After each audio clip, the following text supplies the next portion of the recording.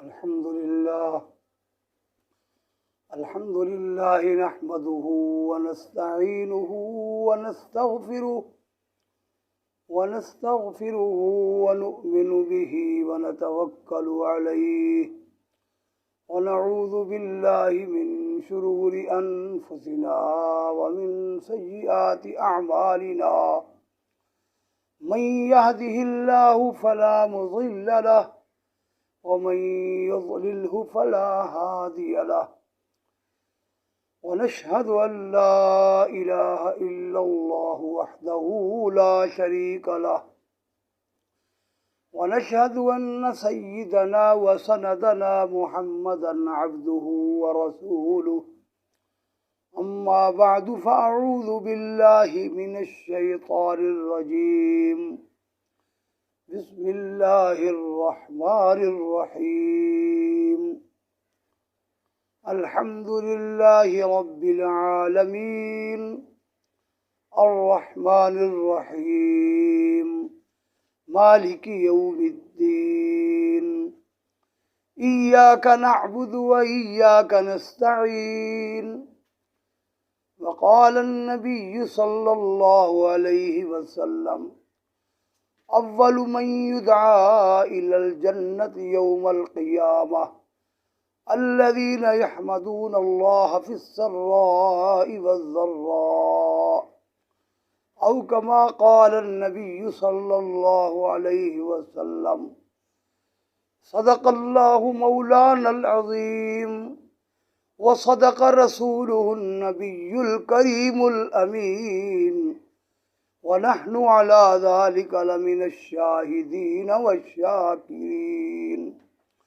والحمد لله رب العالمين۔ اللہ جل شانہ نے اپنی کلام کے افتتاح میں اپنے بندوں کو اپنا شکر ادا کرنا، اپنی حمد کرنا سکھایا، اور حمد کی علت بھی ساتھ بیان فرمایا الحمدللہ، تمام تعریفیں اللہ کے لیے ہیں، رب العالمین، ایسا اللہ جو سارے جہانوں کو پالنے والا ہے، سارے جہانوں کو، سارے انسانوں کو، سارے جنوں کو، سارے فرشتوں کو وجود دے بھی وہی رہا ہے، باقی رکھے ہوئے ہے، کسی کو موت دے رہا ہے، کسی کو پیدا کر رہا ہے، کسی کو صحت میں رکھا ہوا ہے، کسی کو بیماری میں رکھا ہوا ہے،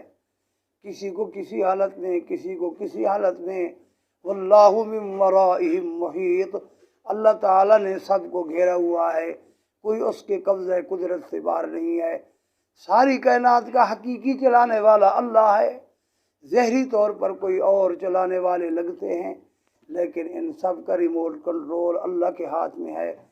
سورج بھی اللہ کے حکم سے طلوع ہوتا ہے، چلتا ہے، غروب ہوتا ہے، چاند بھی اللہ کے حکم سے، رات بھی اللہ کے حکم سے آتی ہے، دن بھی اللہ کے حکم سے آتا ہے۔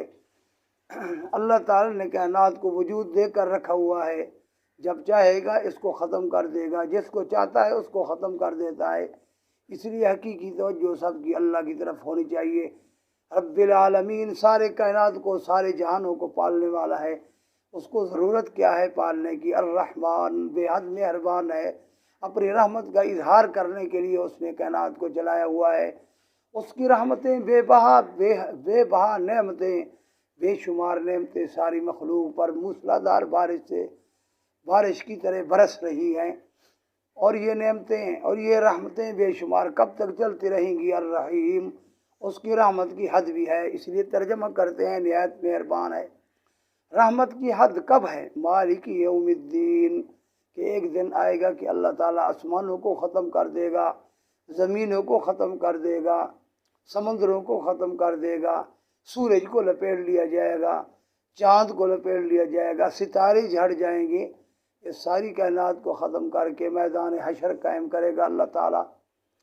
تو اس میدان میں سب نے جمع ہونا ہے، مالک یوم الدین، اس وجہ سے اس کی طرف ہر کسی کا سفر ہے اور اس کی تیاری کرنی ہے۔ اس تیاری کے لیے اللہ کی مدد کی ضرورت ہے، اسی لیے ہم کہتے ہیں ایاک نعبد،